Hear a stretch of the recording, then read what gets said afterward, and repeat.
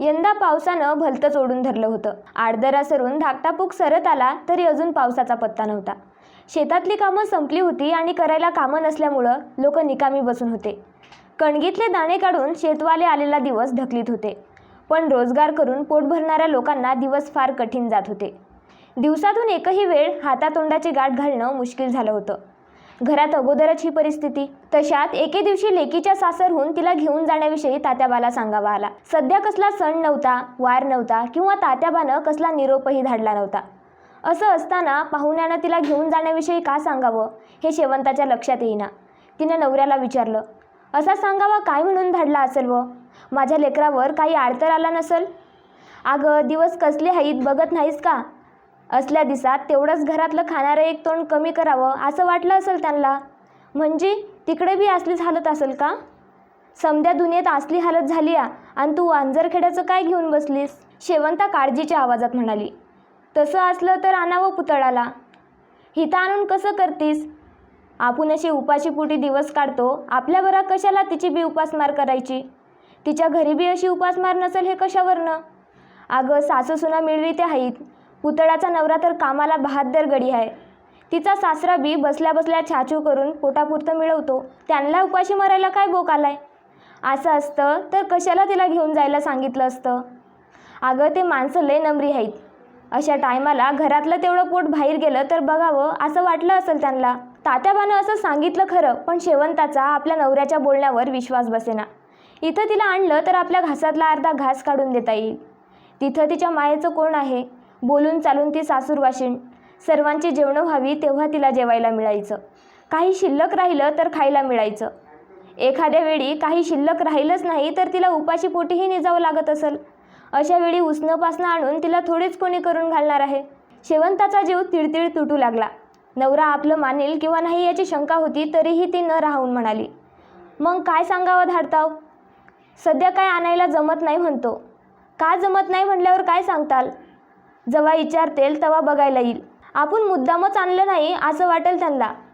वाटू जा वाटलं तर. त्यापरीस घेऊन काय येत नाव? घेऊन यायला किती दाणे आहेत कणगीत तुझ्या? तात्याबा असं चिडून बोलला तेव्हा शेवंताचा नाईलाज झाला. डोळ्यातलं पाणी पुशीत ती बसून राहिली. धाकटा पूक कोरडा गेला, पण थोरल्या पुकाचा पाऊस दणक्या झाला. खोळंबलेल्या पेरण्या झपाट्यानं झाल्या. निकामी बसलेल्या लोकांना कामं लागली. दिवसातून एक वेळ का होईना पण लोकांना पोटभर खायला मिळू लागलं. आता सुगीला तोंड लागलं होतं. पसाकुडचा दाना घरात येत होता. दिवसातून एक सोडून 2 वेळा हातातोंडाची गाठ पडत होती. एखादा पाहुणा अवचित आला तर तेवढाचा जड वाटत नव्हता. असे दिवस आले तेव्हा एके दिवशी शेवंता नवऱ्याला म्हणाली, वांजरखेड्याला जाऊन येताव का? तिच्या बोलण्यातला मतलब तात्याबाच्या ध्यानात आला. तो तिला म्हणाला, आता पुतळाला आणायला गेलं तर धाडतील का ते लोक? काय झालं ना धाडायला? तवा आकाडात घेऊन जावा म्हणलं, तवा का नेलं नाही म्हणल्यावर? तवा आणायला सवड नव्हती म्हणायचं. खरं वाटेल का त्यांना? काय म्हणते ते तर कळेल की. मनाशी विचार करीत तात्याबा बसून राहिला. मग शेवंतानं त्याचा सारखाच पिच्छाच पुरवला. उठल्या बसल्या ती पुतळ्याचा विषय काढू लागली. तेव्हा तात्याबानं मनाचा एक विचार केला.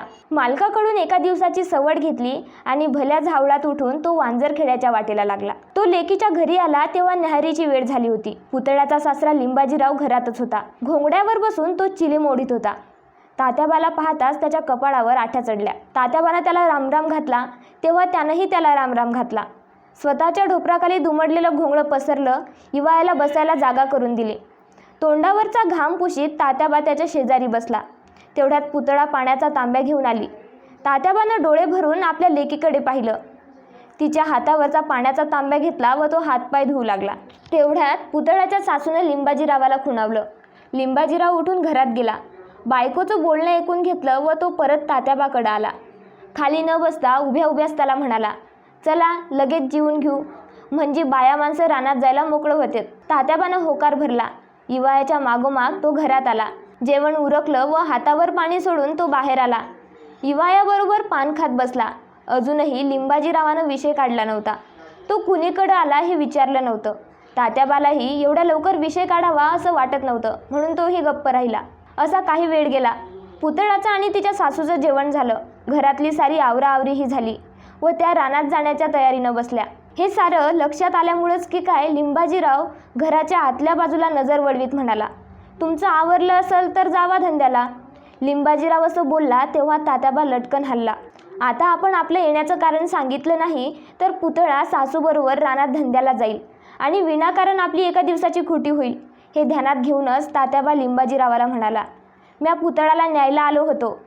हे जणू काही आपल्या लक्षातच आलं नव्हतं असं दाखवीत लिंबाजीराव म्हणाला, असं होय, मला वाटलं इकडं कुठंतरी कामाला गेलताव काय की. आणि सरसावून बसत त्यानं विचारलं, असं मध्येच काय काढलं बाबा तिला न्यायचं? तिच्या मायला तिला बघावं वाटायला नव्हं का? एकदम घाव टाकावा तसं लिंबाजीराव म्हणाला, आता बघावं वाटलं या आणि आम्ही सांगावा धाडला तवा बघावं वाटत नव्हतं का? इवाई असं एकदम 3 कांड्यावर आलेला पाहून तात्याबा चापपला, पण चेहऱ्यावर तसं काही न दिसू देण्याची कोशिश करीत तो म्हणाला, तवा बी बघावं वाटत होतं की, मग का नावा आला तिला न्यायला? तवा जरा अडचणी होत्या. कसल्या अडचणी होत्या हे एकदा कळू तर द्या आम्हाला. तवा मालकानं सवडच दिली नव्हती, आता बरी सवड दिली. काढली कशी तरी? म्हणजे समध्या दुनियेत काम नसते तेव्हा तुमच्या मालकाच्या इथं कामाची दाटी असते आणि आमच्या समध्या दुनियेत कामं असतेत तेव्हा तुमच्या मालकाच्या इथं सवड असते वाटतं. लिंबाजीराव असं तिढ्यात बोलू लागला. तेव्हा तात्याबा उसनं हसत म्हणाला, तसं काय नाही, तसंच दिसतं नव्हं का? आणि आवाज बदलून तो परत म्हणाला, इवाई बुवा, तुम्ही काय बी सांगितलं म्हणजे काय होतं? खरं ते ओळखू येतं आम्हाला. आम्ही सांगावा धाडला तेव्हा तुम्हाला वाटलं असेल आता तिला आणावं तर अशा तंगीच्या दिसात खायचं तेवढंच एक तोंड वाढून बसतं, त्यापरीस काहीतरी निमित्त सांगून इकडंच बसावं. गडबडल्यावानी तात्याबा म्हणाला, छ्या, तसा काही विचार नव्हता. तुम्ही किती बी नाही म्हणलं तरी पटलं तर पाहिजे की आम्हाला. आणि काही क्षण थांबून तो परत म्हणाला, आणि आता आलाव ते काय मालकानं सवड दिली म्हणून आलाव का? होय, सवड होती म्हणूनच आलो. हे झालं दुसऱ्याला सांगायचं. आता मनातलं म्हणताल तर तुम्हाला वाटलं असेल आता सुगी आली या, मिळवायचे दिवस एवढेच आहेत. आता लेकीला आणावं म्हणजे कमविणारे तेवढेच 2 हात घरात येतात. इवाई असं बोलू लागला तेव्हा तात्याबाचं मन चिडून उठलं. त्यालाही आपल्या मनातलं बोलून दाखवावं वाटलं. तुम्ही म्हणता तसं तुमचंच झालेलं आहे. तंगीचे दिवस आले तेव्हा तुम्ही मुद्दामच आम्हाला सांगावा धाडला. तेवढंच घरातलं एक खायचं तोंड कमी व्हावं म्हणून तुम्ही तिला घेऊन जायला सांगितलं आणि आता सुगीचे दिवस आले म्हणून तुम्हाला तिला धाडायला नको वाटतं. तात्याबाला हे सारं बोलून दाखवावं वाटलं, पण तो यापैकी काहीच बोलला नाही. घरात वावरणारा साप आणि लेकीच्या सासरची माणसं दुखवणं केव्हाही चांगलं नसतं म्हणून तो गप्प बसला. लिंबाजीरावाला बोलण्यातून अवकाश मिळताच घरातली आठवण झाली. त्यानं नजर वळून आतल्या बाजूला पाहिलं. सासूसुना बाहेरचं बोलणं ऐकत दारात उभ्या होत्या. लिंबाजीरावाच्या मस्तकात एकदम सणक उठली. जरबेच्या आवाजात तो म्हणाला, आवरलं नाही का तुमचं अजून? पुतळ्याची सासू लटकन हल्ली. भीत ती म्हणाली, आवरलं की. मग रानात जायचं सोडून आमची थोबाडं काय बघत बसलाव? पुतळ्याची सासू मागं वळत पुतळ्याला म्हणाली, चले बाय, उचल ते टोपलं. सासू असं बोलली पाक पुतळ्याला टोपल्याखाली हात घालवना. टोपलं उचलून डोक्यावर घ्यावं असं तिला वाटेना. मग ती घरातल्या घरातच घुटमळू लागली. काहीतरी शोधित असल्यावानी दाखवू लागली. तात्याबानं नेट धरून पुन्हा एकवार लिंबाजीरावाला विचारलं, मग कसं करताव धाडायला? एवढी सुगी सरस्तवर काही जमायचं नाही तिला धाडायला. 4-8 दिवसात आणून घालतो की. 4-8 दिवस म्हणताल आणि महिना 2 महिने तिकडंच ठेवून बसताल. आज 8व्या दिवशी बराबर आणून घालतो. तुम्ही काय बी म्हणलं तरी एवढी सुगी सरेस्तवर काही जमत नाही आम्हाला धाडायला. तुम्हाला राग येईल पर खरं तेच सांगतो तुम्हाला. लिंबाजीराव असं निकराच्या शब्दात बोलला तो तात्याबाचा नाईलाज झाला. हिरमुसल्यावाने तो बसून राहिला. पुतळ्याचं अजूनही आवरलं नव्हतं.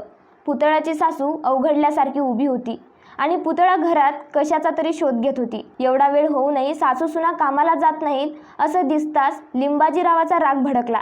बसल्या जागेवरून तो ओरडला, आज धंद्याला जायचं का नाही म्हणावं तुम्हाला? बाहेरून असं नेट लागलं तेव्हा पुतळ्याच्या सासूनं तिला विचारलं, काय चाललंय या ग तुझं? चुंबडीला पटकूर बघत होते. आपल्या आपण खुनानं ठेवता येत नाही का? तात्याबानं सारा प्रकार ध्यानात घेतला. आपण इथून गेल्याशिवाय लेकीचं पाऊल घरातून बाहेर पडणार नाही हे त्यानं ओळखलं व उपरनं खांद्यावर टाकीत तो लिंबाजीरावाला म्हणाला, बरं मग म्या चालतो. काहीशा मावाळकीच्या आवाजात लिंबाजीराव म्हणाला, एवढ्या जल्दी जायचं म्हणता? मग कशाला बसायचं तर? होय, ते बी खरंच आहे. कामाचे दिवस आहेत, जल्दी गेलेलंच बरं असतं. इवायला रामराम घालून तात्याबा निघाला. जाता जाता त्यानं आतल्या दाराकडे नजर टाकली. आता पुतळ्याला पटकूर सापडलं होतं. हातात पटकूर घेऊन ती दारात आली. भरल्या डोळ्यांनी बापाकडे पाहत हातातल्या पटकुराची ती चुंबळ करीत होती. तात्याबानं ताबडतोब नजर फिरवली व मागं वळून न पाहताच तो चालू लागला.